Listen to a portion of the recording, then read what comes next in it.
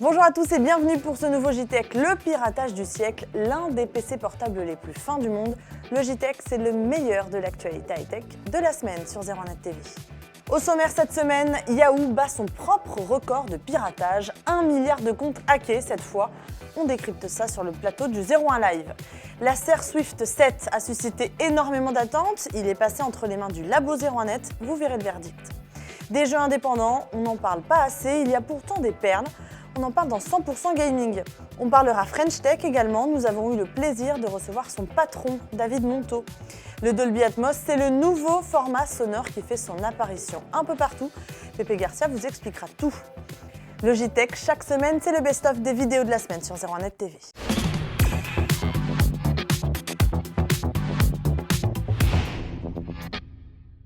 Un parfum de scandale, c'est ce qui se dégage de cette nouvelle affaire Yahoo. On savait que 500 millions de comptes avaient été piratés en 2014. Eh bien, l'opérateur américain annonce cette fois que 1 milliard de comptes ont été piratés. Avant cela, en 2013, c'est Gilbert Kallenborn qui nous explique ça sur le plateau du 01 Live. Bon Gilbert, qu'est-ce qui s'est passé alors cette semaine chez C'est le plus grand piratage du siècle. Alors c'est le deuxième plus grand piratage du siècle parce que Yahoo en fait déjà en septembre dernier avait fait le plus grand, était déjà victime du plus grand piratage du siècle. Record. Oui, c'est exactement. C'est le on peut mieux faire en interne. Allez les gars. C'est le fiasco à répétition. Donc en septembre dernier, souvenez-vous, c'était 500 millions d'identifiants volés. Petit joueur là.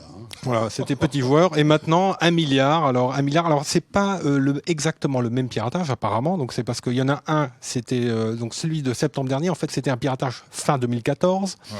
Et là, celui qui est annoncé hier, c'est un piratage qui date de août 2013. Donc, ah ouais, voilà. C'est pas le truc qui a 3 ans en fait. Voilà, donc bien. Voilà, donc c'est pas la même affaire. C'est juste énorme. Donc ça fait 1,5 milliard au total. Alors non, on peut pas additionner en fait les piratages. Parce qu'on piraté 2 fois. Voilà. Oui, il y a des petits c'est possiblement des recoupements en fait parce que finalement c'est la même base qui a été piratée mais 2 fois par des gens sans doute différents. D'accord. Est-ce qu'on sait comment ça s'est passé et comment les pirates ont réussi à récupérer toutes ces données et à pirater tous ces comptes? Il y a aucun détail sur le modus operandi de ces pirates. On sait en revanche les données qui ont été subtilisées. Donc parmi ces données, les noms, les adresses e-mail, les numéros de téléphone, les dates de naissance, les mots de passe chiffrés. Et les questions-réponses de sécurité, donc dont certains, donc vous savez quel est le nom de mon chien préféré, les questions de sécurité, ça n'existe plus. Hein. D'accord. À chaque fois, sauf chez Yahoo. J'ai pas de chien, qu'est-ce que je vais trouver comme nom quoi. Alors les mots de passe chiffrés, on pourrait se dire tant mieux en fait, ils étaient chiffrés. Oui. Sauf qu'en fait là, le piratage de 1 milliard d'identifiants, ils étaient chiffrés avec un algorithme très faible, donc les pirates ont facilement pu avoir accès aux mots de passe en clair. Donc c'est grave.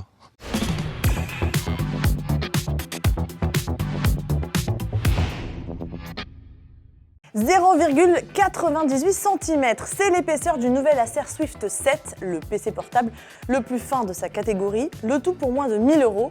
Alors y a-t-il un os quelque part? La réponse d'Aymeric Siméon du Labo 01net, il l'a testé. Moins d'1 centimètre donc pour l'Acer Swift 7 qui pèse que 1,13 kg sur la balance. C'est en effet l'un des PC portables les plus fins du monde, en tout cas de sa catégorie, ça c'est bien certain. Acer toutefois est tombé un peu dans le piège de l'ultra finesse puisque le premier reproche qu'on va pouvoir faire à ce Swift 7 c'est le manque de connectique étoffé sur les flancs de ce dernier, seulement 2 prises USB Type C et une prise casque. Ça fait peu, toutefois le constructeur taïwanais a la bonne idée de livrer un adaptateur USB Type C vers USB 3 pour que vous puissiez raccorder clé et disque dur externe de votre choix.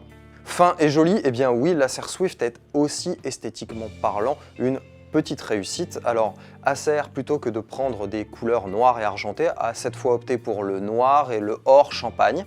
Alors certains trouveront que ça fait un peu bling bling, tape à l'œil. Bon, nous on a apprécié, on a trouvé que ça changeait un petit peu.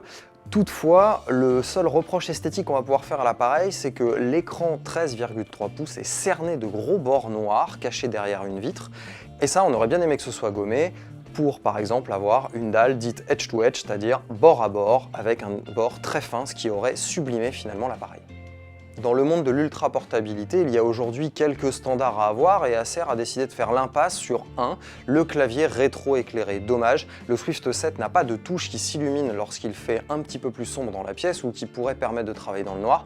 Et ça, selon nous, c'est un gros point faible, surtout pour ceux qui ont l'habitude de trimballer leur machine partout et surtout de pouvoir travailler tout le temps, peu importe l'heure du jour et de la nuit.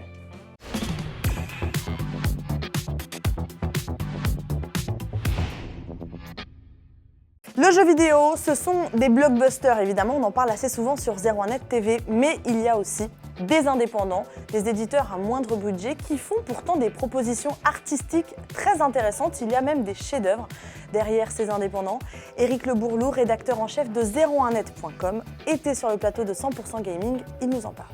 Firewatch, c'est un des jeux indés les plus populaires de cette année et c'est pas pour rien. Firewatch, c'est un jeu en vue à la première personne, un peu comme un FPS, sauf que contrairement à un FPS, vous n'allez rencontrer personne, vous n'aurez pas d'ennemis à tuer. Je sais pas qui c'est qui a jeté le feu d'artifice là, mais il s'est raté un peu quand même. Hein. Parce Ouais. que depuis tout à l'heure là. Voilà, en fait, c'est un jeu où vous incarnez un garde forestier au cœur du Wyoming, le parc de Yellowstone. C'est pas tout à fait le parc de Yellowstone, mais c'est presque ça. Et dans ce jeu, vous allez en fait n'avoir qu'un seul contact, une jeune demoiselle qui s'appelle Delilah, qui est dans un autre poste de garde un peu plus loin, et ce sera votre seul contact. Donc c'est un jeu sur l'isolation. Avec un talkie-walkie, Voilà, c'est ça par radio, vous allez communiquer avec elle, vous ne connaissez pas, vous ne savez pas qui c'est, vous la découvrez au fur et à mesure du jeu et en fait elle va vous donner des missions à faire dans cette zone que vous devez surveiller pour voir si des feux de forêt ne se déclenchent pas. Et il y a une intrigue, alors je peux pas trop vous révéler l'intrigue parce que c'est toute l'essence du jeu et si je vous révélais l'histoire, ça vous gâcherait vraiment le plaisir. Donc, il faut vraiment le vivre ce jeu-là parce que c'est très touchant. C'est l'histoire d'Henri en fait qui vient là parce que voilà, il a eu un problème familial.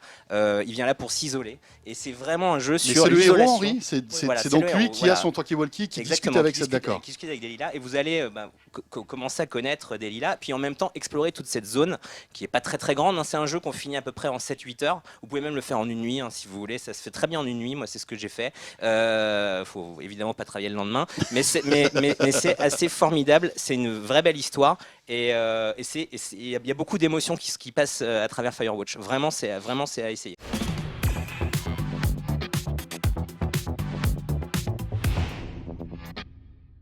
C'est l'un des fleurons de l'économie française, les entreprises de la high-tech. Elles sont représentées par la French Tech, cette organisation dont le patron est David Monteau. Il était sur le plateau de Jérôme Colombin et de François Sorel pour parler notamment du CES de Las Vegas.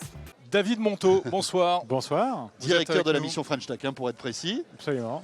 On vous reconnaît avec le petit coq, voilà, qui est là. On va le voir, hein, David. Il est superbe, ce petit coq. C'est comme ça qu'on reconnaît les gens de la French Tech dans les salons. Voilà, si vous en croisez dans la rue avec un petit coq rouge, cette secte étrange, c'est la French Tech, effectivement. Alors, évidemment, il n'y a rien. Très ouvert, c'est pas une secte précisément. Non, mais bien sûr, c'est pour plaisanter. Qu'est-ce que c'est que la French Tech, David Monteau ? La French Tech, c'est d'abord un mouvement d'entrepreneurs. En fait, il y a en France depuis un certain nombre d'années vraiment un mouvement d'entrepreneurs qui développe des startups très innovantes. Et l'idée, c'était de construire un programme pour accompagner la croissance de ces startups et aussi, donc d'une part, booster ce qu'on appelle l'écosystème, dynamiser la dynamique des startups en France, les aider à croître, et aussi le marketer, le faire exister à l'international, placer la tech française sur la carte du monde de l'innovation, aussi pour attirer des talents en France, attirer des investisseurs et faire encore une fois grandir et faire que, c'est notre objectif, il y ait des grands champions de la tech qui sortent de France et qui créent de l'innovation et de l'emploi pour notre économie.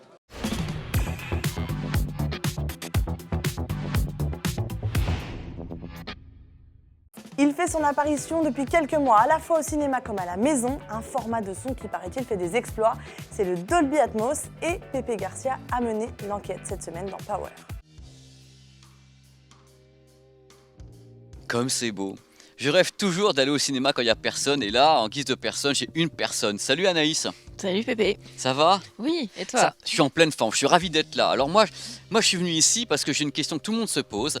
Les gens connaissent quand ils vont au cinéma, ils ont entendu parler du Dolby Surround, il y a eu le DTS HD, il y a eu plein de trucs. Et maintenant, depuis un petit moment, on entend parler de Dolby Atmos.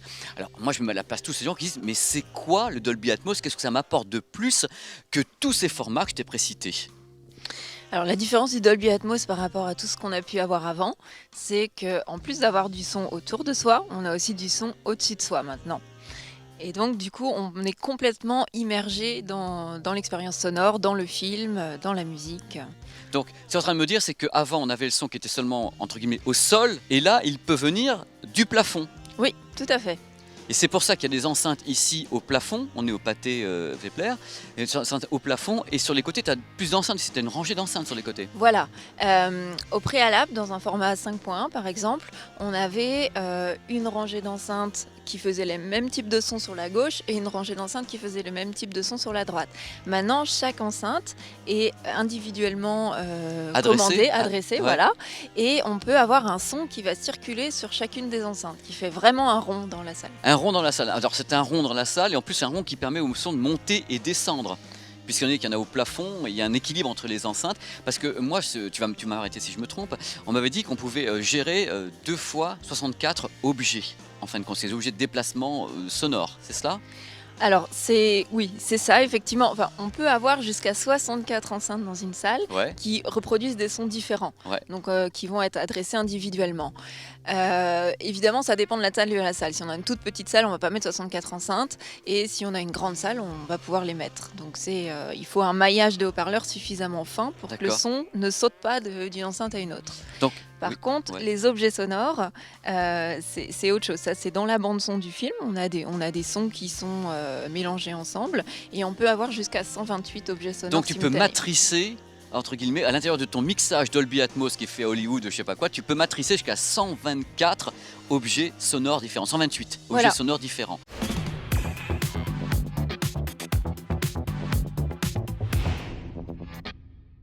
C'est la fin de ce JTech, merci beaucoup de l'avoir suivi. Vous pouvez, comme chaque semaine, liker, partager cette vidéo et nous dire dans les commentaires le sujet que vous avez préféré.